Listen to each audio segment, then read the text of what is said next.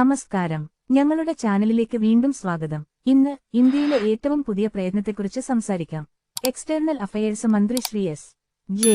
ശങ്കർ 13ാം പാസ്പോർട്ട് സേവാ ദിവസത്തിൽ ഒരു വലിയ പ്രഖ്യാപനം നടത്തിയിരിക്കുന്നു.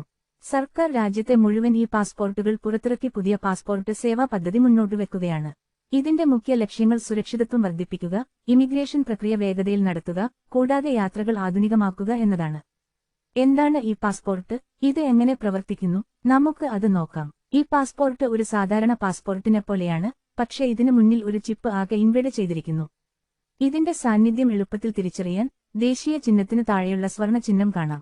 ഈ ചിപ്പിൽ നിങ്ങളുടെ വിശദാംശങ്ങൾ, ഫോട്ടോ, വിരലുറപ്പുകൾ, പാസ്പോർട്ട് നമ്പർ, ഇറക്കുമതി തീയതി, വേണമെങ്കിൽ കാലഹരണപ്പെടുന്ന തീയതി, ബയോഗ്രാഫിക് പേജിന്റെ ഡിജിറ്റൽ സൈൻഡ് കോപ്പി, കൂടാതെ നൽകിയ അധികാരിയുടെ ഡിജിറ്റൽ സിഗ്നേച്ചർ എന്നിവ സൂക്ഷിച്ചിരിക്കുന്നു. Chip public key infrastructure (PKI) ഉപയോഗിച്ച് നിങ്ങളുടെ ഡാറ്റ നെറ്റ്വർക്ക് അളവിൽ ലോക്ക് ചെയ്യുന്നു.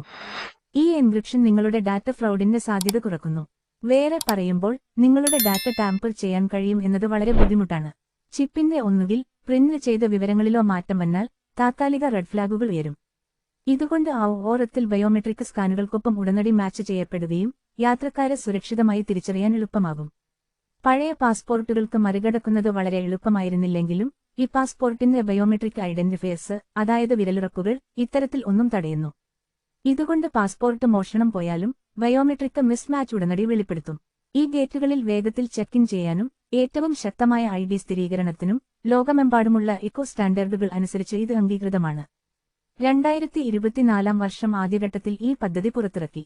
2025 ന്റെ മധ്യത്തിൽ പാസ്പോർട്ട് സേവാ ക്യാമ്പുകളും പ്രാദേശിക പാസ്പോർട്ട് ഓഫീസുകളും എല്ലാ പുതിയ പാസ്പോർട്ടുകൾക്ക് ചിപ്പ് സജ്ജീകരിക്കുന്നതാണ്. ആകെ നിങ്ങൾക്ക് നിലവിലുള്ള പാസ്പോർട്ട് ഉണ്ടെങ്കിൽ അതിനായി പകരം എടുക്കേണ്ടതില്ല. നിങ്ങളുടെ പാസ്പോർട്ട് കാലഹരണപ്പെടുന്നതുവരെ അത് ഉപയോഗിക്കാൻ പറ്റും. ഈ വീഡിയോ എങ്ങനെ ഇഷ്ടപ്പെട്ടു? നിങ്ങളുടെ അഭിപ്രായങ്ങൾ താഴെ കമന്റിൽ പങ്കുവെക്കൂ. കൂടുതൽ ഇത്തരം അപ്ഡേറ്റുകൾക്ക് ഞങ്ങളുടെ ചാനൽ സബ്സ്ക്രൈബ് ചെയ്യൂ. യാത്ര എപ്പോഴും സുരക്ഷിതവും ആനന്ദകരവുമാകട്ടെ.